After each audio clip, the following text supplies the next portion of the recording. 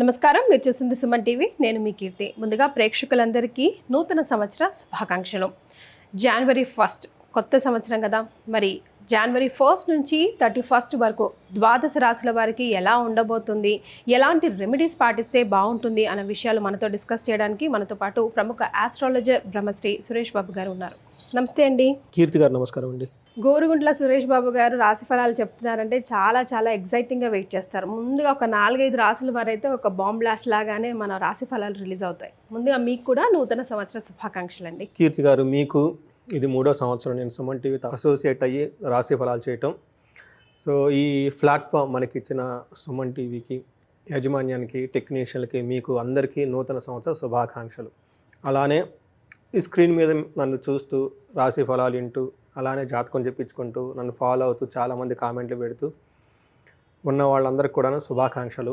అందరికీ అష్టైశ్వర్యాలు, భోగభాగ్యాలు సమృద్ధిగా ఈ 2026 సంవత్సరాలు కలగాలని చెప్పేసి నేను కోరుకుంటున్నాను. టోటల్ ఇయర్ అంతా, వాళ్ళ లైఫ్ అంతా కూడా చక్కగా హ్యాపీగా ఉండాలని చెప్పేసి నేను కోరుకుంటున్నాను. చాలా సంతోషం అండి. వారందరి తరఫున కూడా ధన్యవాదాలు.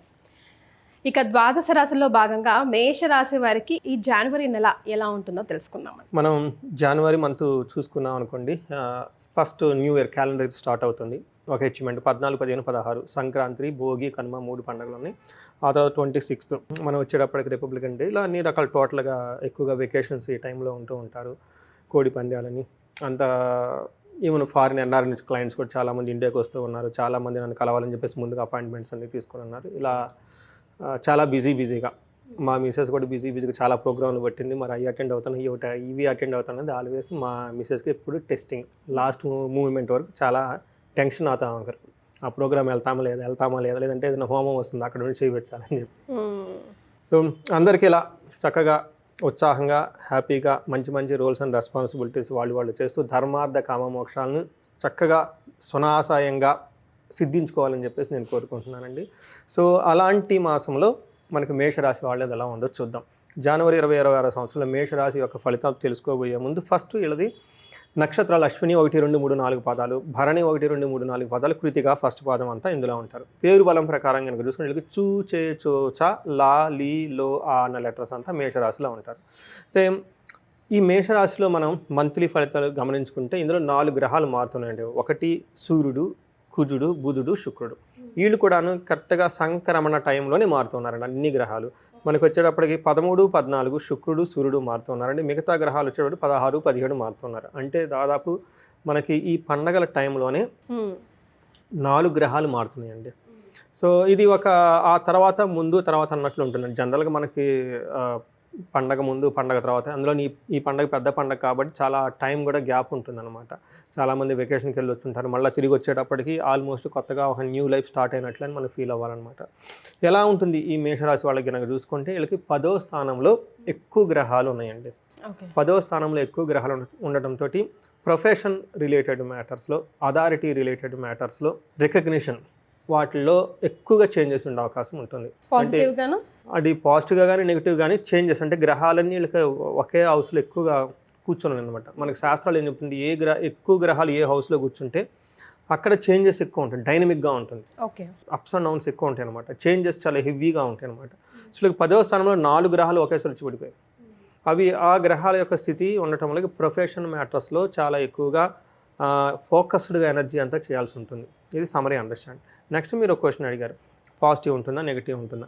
మనకేం చెప్తారంటే మహర్షులు లఘు గోచారం, సూక్ష్మ గోచారం ప్రకారం సింపుల్ వర్డ్స్లో చెప్పుకోవాలంటే 10వ స్థానంలో సూర్యుడు ఉండటం వల్ల వీళ్ళకి క్రియాఫలం, అనుకున్న పనులన్నీ నెరవేరుతాయి. నెంబర్ 2, 10వ స్థానంలో బుధుడు ఉండటంతో ఆల్రౌండ్ హ్యాపీనెస్, ప్రాస్పరిటీ, అంటే అనుకున్న పనులు జరుగుతుంటుంది, ఓవరాల్గా హ్యాపీగా ఉంటారు. శుక్రుడు 10వ స్థానంలో ఉండటంతో అప్పటిదాకా వీళ్ళని ఎవరైతే ఒక హంబుల్గా ఫాలో అయ్యారో వీళ్ళు రివర్స్ అయ్యే అవకాశం ఎక్కువగా ఉంటుంది. లాస్ట్లీ కుజుడు వచ్చేటప్పటికి 10వ స్థానంలో ఉండటంతో చేసే పనిలో చాలా హెవీ వెయిట్తో ఉంటుంది, ఫ్రిక్షన్ ఎక్కువ ఉంటుంది, అంటే ఉరుకులు పరుగులు చేసే విధంగా ఉంటుంది పని.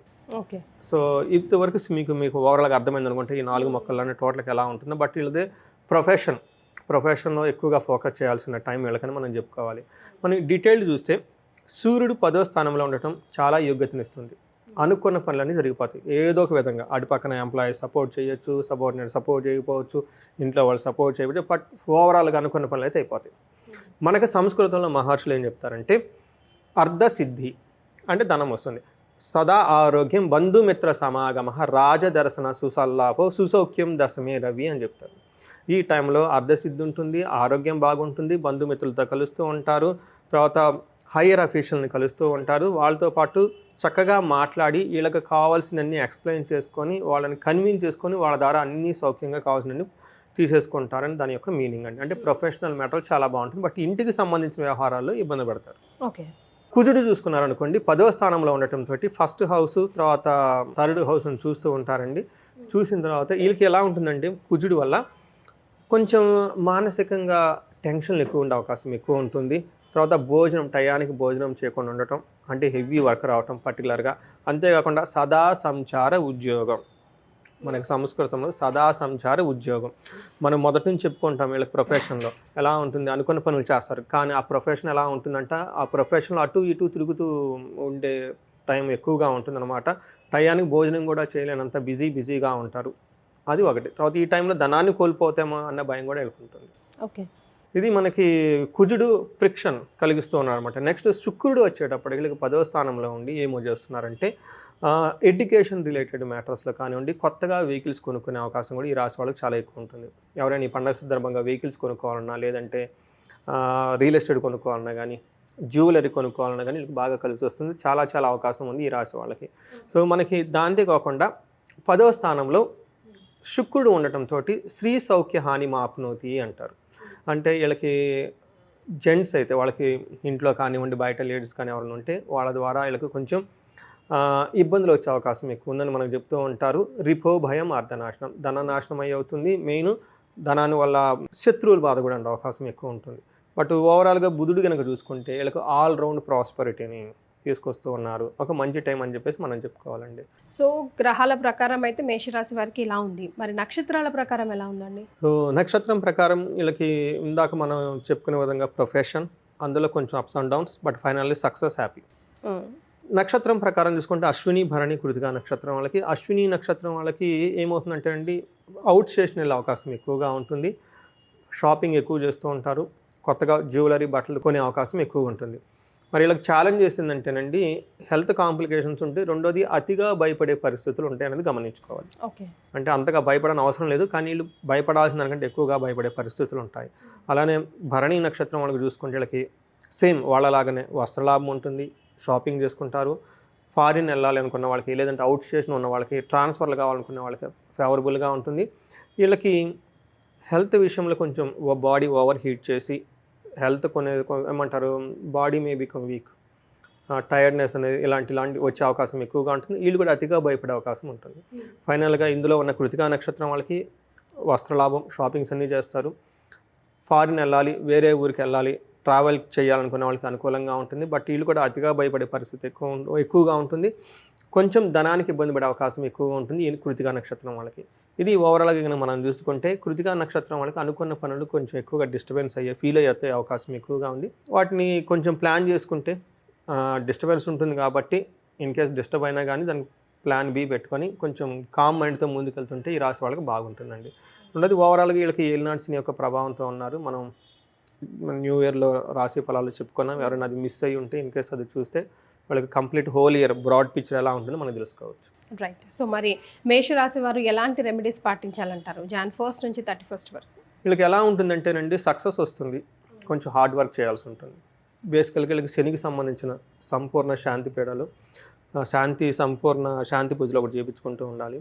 ఈ టైంలో ప్రొఫెషనల్ మ్యాటర్స్లో చాలా స్ట్రాంగ్గా ఉండడానికి ఆదిత్య హృదయ స్తోత్రం చదువుతూ ఉండాలి, సూర్య అష్టకం చదువుతూ ఉండాలి. వీటితో పాటు ఎవరికైనా కొంచెం బాగా ప్రాబ్లంగా ఉందనిపిస్తే మన్యు పాశుపత అభిషేకం చేసుకుంటే కార్యసిద్ధి వస్తుంది ప్రొఫెషనల్ మ్యాటర్స్లో. కొత్తగా వెహికల్స్ కొనుక్కోవాలి, ఇల్లు కొనుక్కోవాలనుకున్న వాళ్ళకి ధన ప్రవాహం ఏదైనా కావాలనుకుంటే స్వర్ణలక్ష్మి విశేష హోమము, కుబేర పాశుపత అభిషేకం ఇవి చేయించుకుంటే చాలా బాగుంటుంది. జనరల్గా ఇంకా ఇండిపెండెంట్గా వాళ్ళ యొక్క హారోస్కోప్ చెక్ చేయించుకొని రిస్కీ పనులు అనేది వీళ్ళు ఈ సంవత్సరం చేయకూడదండి. మనం చాలా బ్రాడ్గా చెప్పుకున్నాం, ఎందుకంటే శని ప్రభావంతో Shani experts discipline, next consistency, no hasty, హడావుడిగా ఉండే శనికి నచ్చదు, స్లో అండ్ టేక్. ఏదైనా మిస్టేక్ జరిగిన కర్మ కొద్ది జరిగిందనుకో నువ్వు వదిలేసుకోవాలి, దాని మీద గ్రడ్జి తీర్చుకోవటం ఇలా అలా చేసుకుంటే అది ఇంకా ఎక్కువ అవుతుంది. ఇది మెయిన్ లైఫ్ స్టైల్ అనేది చాలా కూమ్గా, స్టేబుల్గా, స్టడీగా, నిదానంగా రిజల్ట్ వస్తుంది అనేది గమనించుకొని పేషెన్సీగా ఉంటే చాలా బాగుంటుంది. అందరితో గొడవ పడకుండా మైండ్ యువర్ ఓన్ బిజినెస్ లాగా, మైండ్ యువర్ ఓన్ సెల్ఫ్ మిమ్మల్ని మీరు ఆత్మ పరిశీలన చేసుకుంటూ ఉంటే బాగుంటుంది. ఎస్. సో జనవరి 1 నుంచి 31 వరకు మేషరాశి వారికి ఎలా ఉంటుందో ఎక్స్ప్లెయిన్ చేశారు, రెమెడీస్ కూడా తెలియజేశారు. కొత్త సంవత్సరం కదా, క్యాలెండర్ ఇయర్ అంతా కొత్తగా సూపర్ ఫాస్ట్గా, సూపర్ కూల్గా జరగాలని మనస్ఫూర్తిగా కోరుకుందామండి. ధన్యవాదాలు. ధన్యవాదాలు.